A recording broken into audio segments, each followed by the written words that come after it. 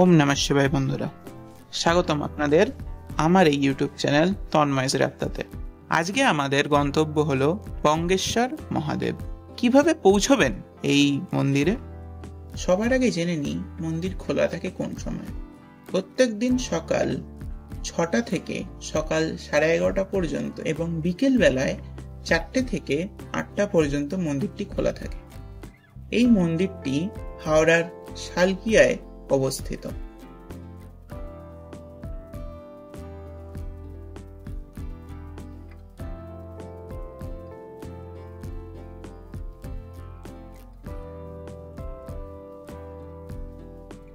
আপনাদের আসলে প্রথমেই যেখানে যেতে হবে সেটা হচ্ছে শোভাবাজার আইরিটলা ফেরিঘাট। ওখান থেকে আপনাদের ফেরি বা নৌকোর টিকিট কেটে চলে যেতে হবে বাধাঘাট।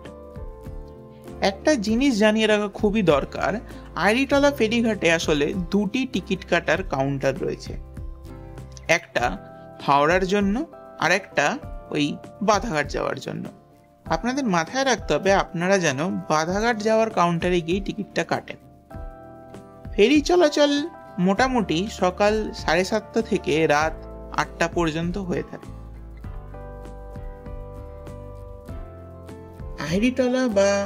আইরিটলা ফেরিঘাটের কাছাকাছি সব থেকে যে নিকটবর্তী আমাদের মেট্রো স্টেশন রয়েছে সেটা হচ্ছে শোভাবাজার সুতানুটি।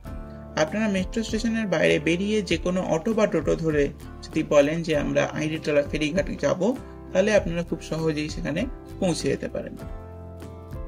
যদি আপনারা ট্রেনে করে যাওয়ার কোনো প্ল্যান করে থাকেন তাহলে আপনাদের কাছে একটা অপশন অবশ্যই রয়েছে, সেটা হচ্ছে কলকাতার চক্র রেল।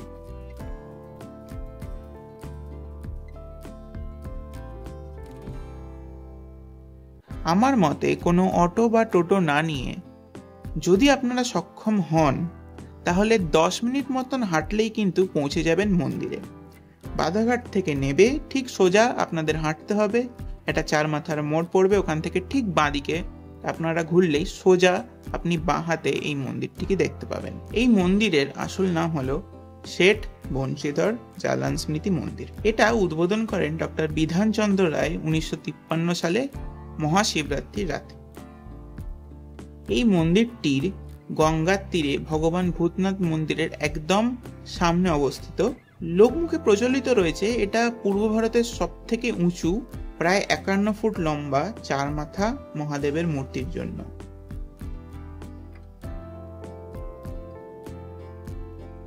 বসে আছেন আমাদের নন্দী মহারাজ, আর নন্দী আছেন মহাদেব থাকবেন না, এটা হতে পারে? কমেন্টে হর হর মহাদেব লিখতে কিন্তু ভুলবেন না।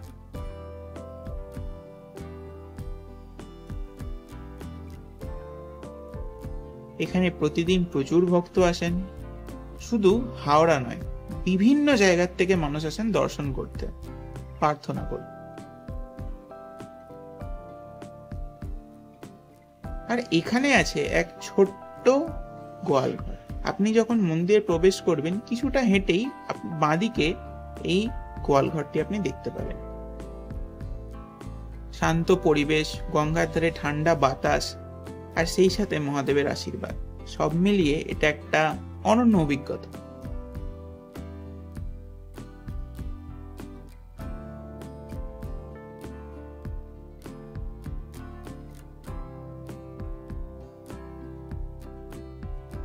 আরো একটা জিনিস, এই যে সামনের যে জায়গাটা দেখছেন এখানে রয়েছে 12টা জ্যোতির্লিঙ্গের মিনি মডেল।